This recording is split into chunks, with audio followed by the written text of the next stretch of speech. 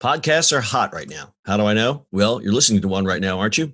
But you might be wondering, how on earth do I get my voice out there and start my own podcast? It all seems so intimidating. Between hosting and platforms and monetization, it can get real complicated real quick. Well, I'm going to let you in on a little secret. We started this podcast over 2 years ago, not knowing clue one on how to do it.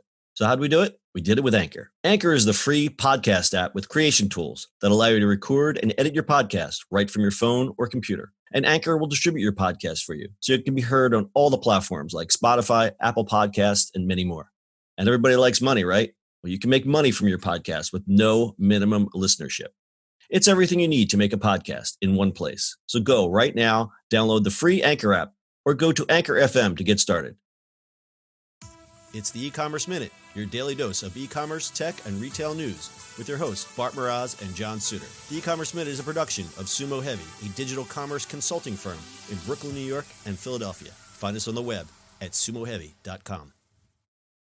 It's e-commerce Minute episode 630. In today's episode, Amazon to launch a luxury platform. Amazon is getting back into luxury fashion. Amazon is planning to launch a luxury fashion platform in the first half of this year. This is Amazon's first foray into the luxury fashion market, as the retail giant originally tried, but was unsuccessful way back in 2012. Participating brands on the new platform will be able to control the appearance of their sections on the site, as well as their product selection and pricing, though Amazon will still provide them with the logistics capabilities. Industry sources allege that it will operate similar to the concession model seen in department stores and specialty retailers, where brands effectively lease space or pay a percentage of sales to run their own mini shops within the store.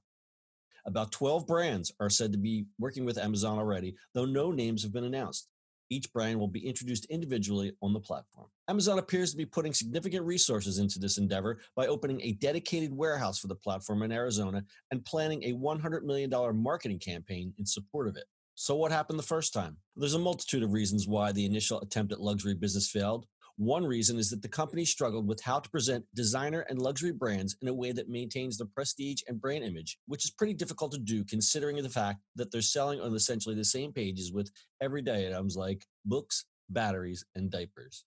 Fashion brands have also historically chosen to keep their distance from Amazon, even though the company is promising not to discount their goods.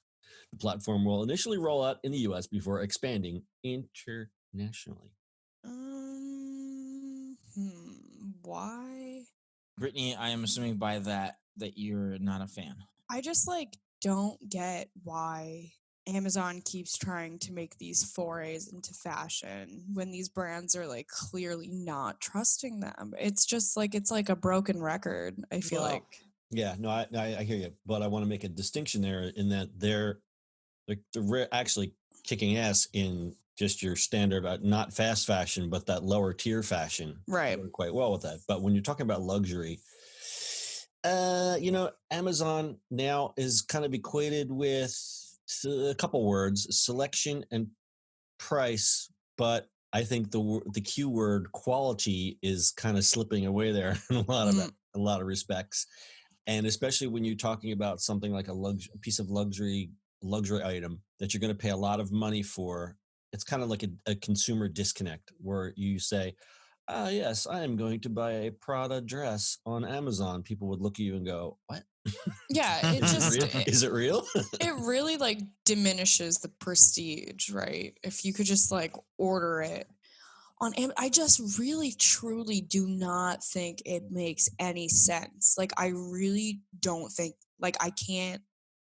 I hate this. I hate this. I think it's a huge waste of time for everybody involved because it's not going to take off, in my opinion. Okay, I could agree. Be wrong. I know. I actually agree with you, but I'm going to disagree with you on one point in that where are all the eyeballs? Where is everyone searching? Everyone's searching on Amazon. Mm-hmm. So why not be there where everyone else is? Now, will it diminish your brand cachet?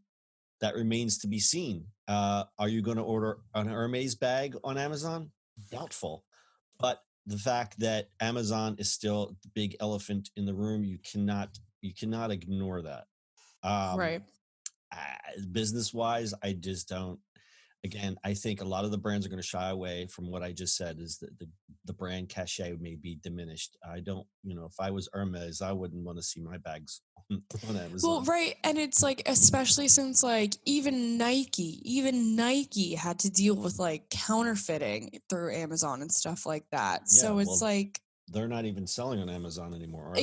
exactly. I mean, you can still get Nike products, but Nike itself is not selling on there. And I know I went looking for Adidas stuff on there, and there's just all these oddball sellers where it's like, is this real? Well, is it real, or like just these oddball sellers where it's like, yes, we have those jogging pants that you like, but they're in size extra small and 4XL, and if you want your size, you have to wait 4 months. Oh yeah, for sure. There's like a lot of that.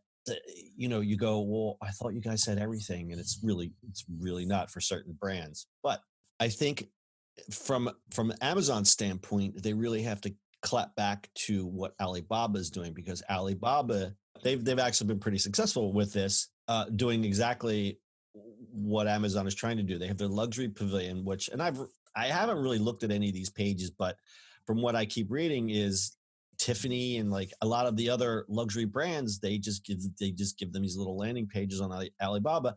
And since, and again, the Asian market is a lot different. They're mobile first. That's all they know, is that they're making a lot of money doing it. Yeah. It's like, I get it in theory, like I get it to be there, especially since it's working so well for Tmall. People's like perception of Tmall going into Tmall, I feel like is like nowhere near as like clouded in controversy and contentious as people's initial thoughts on Amazon before even entering it. You know what I mean? Yeah. Which makes it, I feel like, easier for them to transition into luxury. Whereas Amazon's going to be a little bit more hard because people are already like, I see what happened with Nike, and that wasn't even like luxury. And then like luxury brands in general are having counterfeiting issues through their other, through their other ways that they're being sold, like subscription box wise, luxury items are starting to get counterfeit. And so there's huge opportunity for stuff like that to happen on Amazon. If it only happened with like Nike sneakers, like why wouldn't it happen with like a Louis Vuitton purse? Like, oh God, I don't know. This is interesting. I would love to come back and take a look at this later. I mean, we're obviously all of what we're saying is just speculation, and a lot of it is based on the bias of what we're seeing with Alibaba. Right. Again, Alibaba has a lot of luxury goods on their luxury platform in their Tmall site. So what is the stat here? In 2018, 26% of tracked luxury fashion brands had a store on Tmall, an increase of 7% from 2017. And again, the Asian market, they love those luxury goods. Yeah, the newly affluent Chinese, they love their brands. Right. And it's also, I think, a different shopping experience, right? Because, and this is just guessing here, not saying this is actual thing, but, here, when you think of luxury, you still go to those stores, right? Mm-hmm. You still think of the Rodeo Drive side of it, right? Whereas I think overseas, it's more of like, well, we can just buy stuff on Tmall and it gets shipped to us, and it's still part of that. Yeah, good point. And taking the other side of it, the retail part of it, especially if you're going to spend a lot of coin on something like a bag or a dress or something like that, I would think the preferred way would be to go to a store, because along with that, price tag also comes that customer service and the cachet and the whole experience of, and Bart, Rodeo Drive is a great example, but you have the malls you have those big malls in Asia and Qatar and all those affluent nations they bring the American and European brands, and it's just like, that's a whole experience. Like, that's a whole thing. Like, I'm going to go shopping at the Chanel store or the Tiffany store or whatever it is. Right. And that's more of that whole experience, as opposed to, on Amazon, I'm going to buy some windshield wiper fluid, some batteries, and a Prada dress. It's not quite the same. That's a hell of an order, right? Right. Fill my basket. A little strange. Yeah, I agree. All right. Not much more to be said about this one. So we're going to close it up with some stat time. 63.3% of online consumers in the U.S. who are Amazon Prime members make at least $150,000 annually. Huh, that's an interesting stat. That is from Statista. And only 10% of luxury sales globally currently take place online. That's Kersey Bain. Prime members generally shop more, by one estimate, making twice as many purchases and spending about 40% more per transaction. Raise his hand right here. And 35% of women said Amazon was an excellent or great source of fashion inspiration. Really? Yeah, I don't know who's paying them. What? That's okay. Quartz. Okay. That's where I go to get inspired. I just cruise around Amazon. Makes no sense. All right. You guys got anything else? Nope. That's your e-commerce minute for today. We'll see you on the internet tomorrow. That's it for today's show. If you like the show, do us a favor and subscribe or leave us a review on iTunes. And don't forget, you can now listen to the e-commerce minute on your Amazon device. Just add e-commerce minute to your flash briefing. And finally, if you have a comment or suggestion or just want to say hi, find us on social media at SUMO Heavy.